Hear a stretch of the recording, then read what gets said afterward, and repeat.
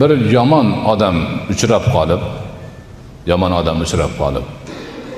yomonlik qilishni boshlasa, sabr qilish.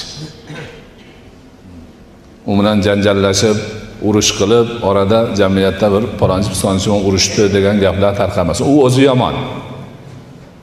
Nasihatni ham qabul qilmaydi, boshqani ham qilmaydi, yomonlik qiladi. Demak, yomonni sabr qilib yaxshilik bilan qaytarish. Idfa' billati hiya ahsan as-sayyi'ah. Yomonni yaxshi bo'lgan narsa bilan qaytar. Va yadra'una bil hasanati as-sayyi'ata deydi Qur'onda. Mo'minlarning sifati shuki, yomonlikni yaxshilik bilan qaytaradilar. Rasul akram alayhissalatu vassalomning huzurlariga bir odam kirish uchun izn so'radi. Bu zot izn beringlar, bu qanday ham yomon odam dedilar. Bu qabilasini qanday ham yomon odami dedilar. Oldilariga kirib, yumshoq gapirdilar. Muomalani go'zal qildilar. Gapni tugatib chiqarib yubordilar. Oysha onamiz hayron qoldilar. Allohning rasuli bu odamning izn so'raganda aytgan gapingizni aytdingiz. Oldingizga kirsa shirin gapirdingiz. Degan edilar, ya Aysha, odamlarning yomoni boshqalar uning yomonligidan qutulish uchun yaxshi gapiradigan odamdir dedilar. Ana, yomon odam biladilar, aytib ham qo'ydilar, boshqalarga eshittirib ham qo'ydilar, lekin kirganda yaxshi gapirdilar. U yomon bilan teng bo'ladi, gap ko'payadi. Bu odamni ham o'ziga ozor yetadi, boshqa bo'ladi, har xil holatlar bo'ladi.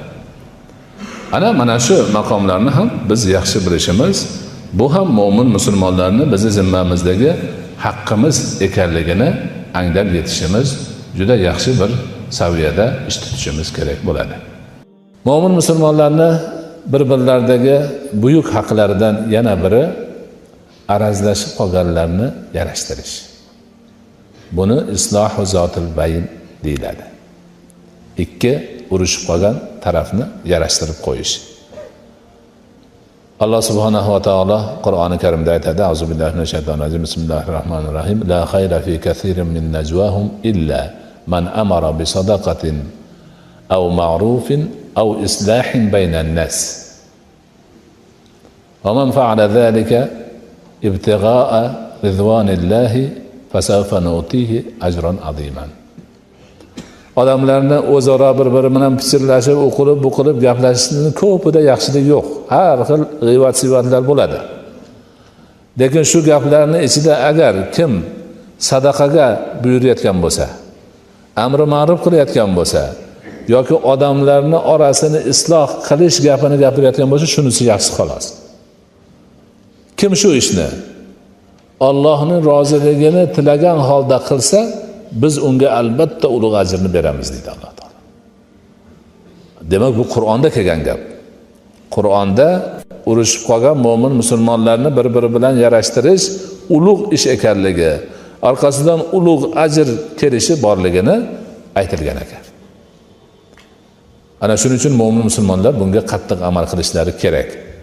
Rasul akram alayhisolatu vassalom o'zlari bir qabilada urush chiqqanini eshitganlarida namozni tezlab o'qib, namozdan keyin yurib borib, Madinaning bir burchagiga yetib, urushganlarni yarashtirib qo'yib qaytganlar. Boshqalarning mo'minlarning ham hammasini siymosi shu. Sahobalar aytadi, bir sahobiya ayol aytadilar, men Rasul akram alayhisolatu vassalomning odamlar yolg'on deydigan narsalardan birortasiga ruxsat berganlarini ko'rmaganman. Illa urushib qolganlarni yarashtirish uchun yolg'on gapirsa mayli deganlar. Unisiga borib bir gapni gapiradi, bunisiga borib bir gapni gapiradi, gapi yolg'on. Lekin ikkovini bir-biriga maqtab yolg'ondan yarashtirmoqchi. Shunga ruxsat. Urushda dushmanni aldash uchun yolg'on gapirsa ruxsat. Er-xotinning orasini tuzatish uchun bir-biriga nima qilishi 3 joyda ruxsat. Shundan bittasi va avvalgisi, demak, urushib qolgan odamlarni yarashtirish uchun yaxshi niyat bilan yolg'on gapirsa ruxsat. Yolg'on gapirsa gapirsin, lekin ikkita urushib qolgan musulmonni yarashtirsin. Rasuli akram alayhissalatu vassalom hadislarida aytadilarki, eng ulug' ishlardan biri ikki kishini orasini, urushib qolganlarning orasini yarashtirishdir. Amma ifsatu zatil bayn al-haliqa. Odamlarning orasini buzish bu ustara. U sochni qiradi demayman deydilar, dinni qiradi deydilar. Odamlarning orasini buzish demak egasini dindan chiqaradigan darajaga olib borib qo'yadigan katta gunoh ekan. Musulmonlar doim jamiyat odamlarda bo'ladi, orasi buzilib qolgan odamni tuzatishni harakatida bo'lishlari kerak. Shunda o'sha musulmonlarning o'zlaridagi haqqini ado etgan bo'ladi, nihoyatda yaxshi bir ishlarni qilgan bo'ladi. Mana hozir aytib o'tirgan gaplarimiz ham hammasi koni foyda narsalar. Boshqalarda yo'q narsalar. Boshqalar ming yil izlasa ham buni topisha olmaydi. Lekin bizniki 1,5 ming yildan beri bor. Kitoblarimizda turibdi. Hamma yoqda yozilgan, chizilgan, aytilgan, amal qilinyapti. Mana hozir endi alhamdulillah tartibli ravishda ilmiy asosda yana tushunib boryapmiz. Demak, mana shularga amal qilishimiz o'zimiz uchun, oilamiz uchun, qavmi qarindosh uchun, mahalla, ko'y, vatan, el, yurt, butun dunyo uchun yaxshilik. Shuning uchun islomchilik dini deyiladi. Chunki hamma yo'g'i yaxshilik.